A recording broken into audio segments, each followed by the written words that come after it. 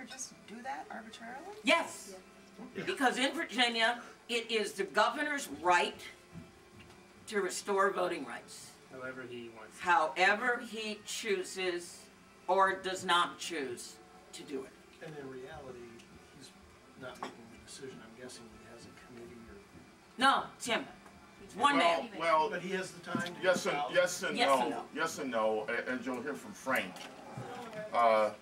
incredibly, well, I'm jumping the gun here, but Frank and I actually talked to Governor Keane, and when Frank said, "I'm Frank Anderson," the governor knew exactly Who he was. and what his record was.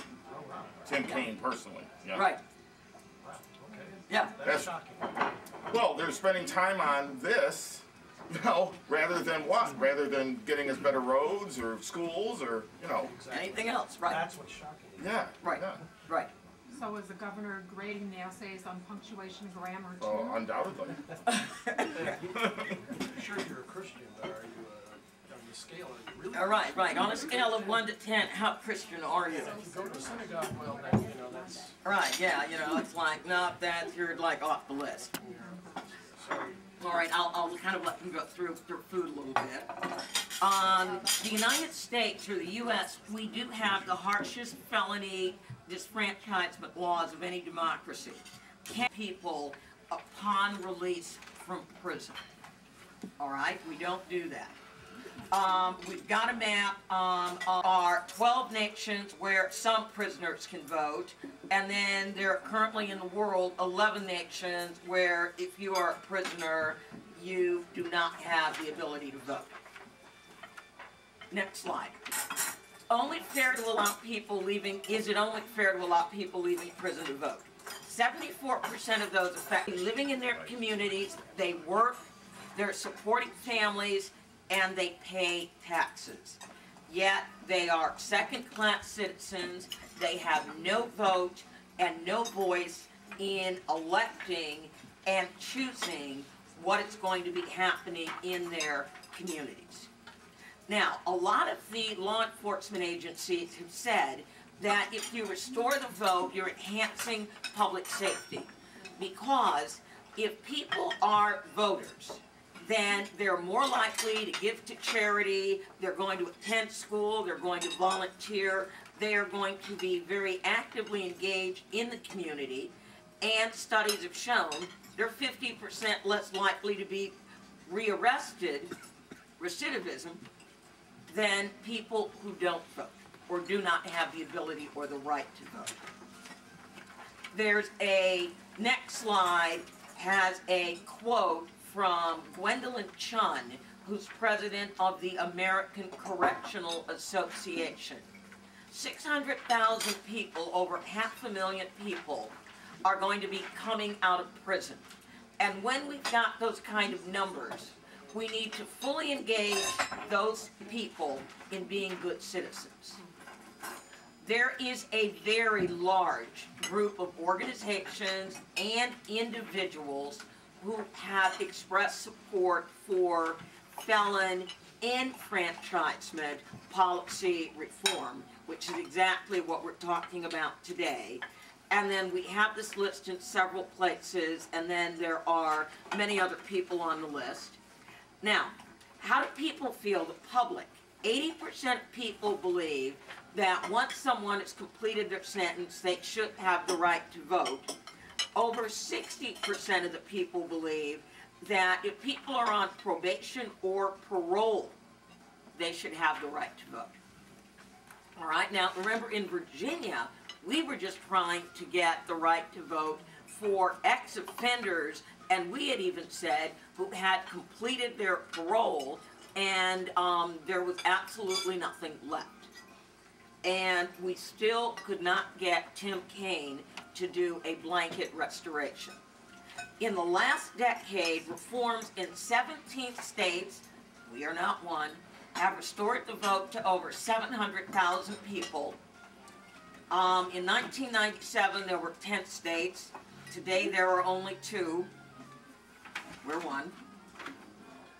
that is not exactly a category that I am thrilled to be part of. We are one of 2 states. And then we have the strategies for change. What's it going to take to actually change this?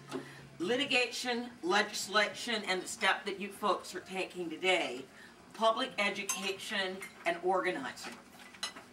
5.3 million Americans who still cannot vote, as Martin Luther King Jr. once said, a right delayed is a right denied. Now, what we'd like everybody that's here today to do is, you have the information in front of you, and so many of you are on Facebook. You're electronically connected to the world. This information has to get out to literally everybody. As I said, last year, I was one of the people who really did not know and understand that this was happening in Virginia. As active as I was and as much as I followed politics, it's really going to take normal people like you who to restore the rights of our fellow Virginians and ultimately our fellow United States citizens. That's my piece, and I'm basically done. So, are we going to do questions at the end, or do we want to do questions at the end of each section? Let's do it at the end of each section. Okay, all right, right, that way.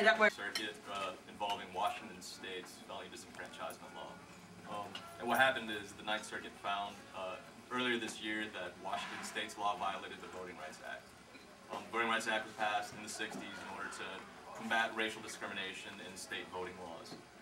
And I guess I've been asked here partly, I think, to address whether or not a similar kind of case could be raised in Virginia.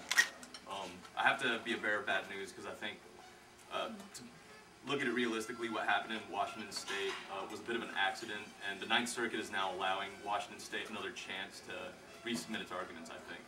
That just was a decision made on February 12th by the Ninth Circuit. Yeah, but I think it's important to point out this case involved whether or not people who were currently felons, not ex-felons. These are people in prison. In yes. prison. In prison. So this wasn't getting to whether or not people who are out of prison can vote. This is whether people in prison can vote. But what the Washington State Attorney General did that enabled such a result was he failed to submit evidence on a motion that needed evidence. So because he submitted no evidence, and then the NAACP's attorneys submitted evidence with their motion, it was decided on the basis, well, the NAACP had enough evidence to support what they're saying, and look at this, the Washington State Attorney General has nothing to refute what they said. We're just going to find for them. And so because the result is basically erasing the law against prisoners voting in Washington State, I think the Ninth Circuit's going to really allow them one more shot to take a look at this. So that's currently where that stands. It's a bit of a procedural error on the part of the Washington State Attorney General, but when you see the outcome that the felony disenfranchisement law in Washington State was overturned, you want to know what does that do necessarily for Virginia, and I would focus on the involvement of the NAACP in this case, because what happened with the NAACP is they weren't even a part of this case originally. This was 3 prisoners who filed this on their own, and because of that, the NAACP eventually became involved, and once they became involved, they are beginning to develop a competency in how to handle this case, how to develop the evidence, how to speak to experts who can actually provide evidence. So I do believe that the NAACP is starting to consider Virginia as a place that it could bring this kind of lawsuit. It's very far down the road because right now they're still dealing with the Washington State case, which they thought they had won, but apparently the Ninth Circuit's going to give Washington State one more chance to fight it. And there's another case right now that may go to the Supreme Court. The Supreme Court's considering hearing a case called Simmons v. Galvin. So with those 2 cases up in the air, but we're seeing attorneys nationwide, we're starting to develop an understanding of how you present evidence to the courts in order to say that this law may violate. We have one of the more conservative circuits currently. That may change with some judicial appointments in the next couple of years, but it's really something that, short of a Supreme Court decision clarifying that felony disenfranchisement laws can violate the Voting Rights Act, because there's still debate about that. First Circuit, Second Circuit, and 11th Circuit have all said these kinds of claims can't be brought under the Voting Rights Act. They claim that that wasn't part of the intent of the Voting Rights Act. So The Ninth Circuit's the first one to ever rule that you can do this, and so that's why this is a really big case. And whether or not it's going to work in the Fourth,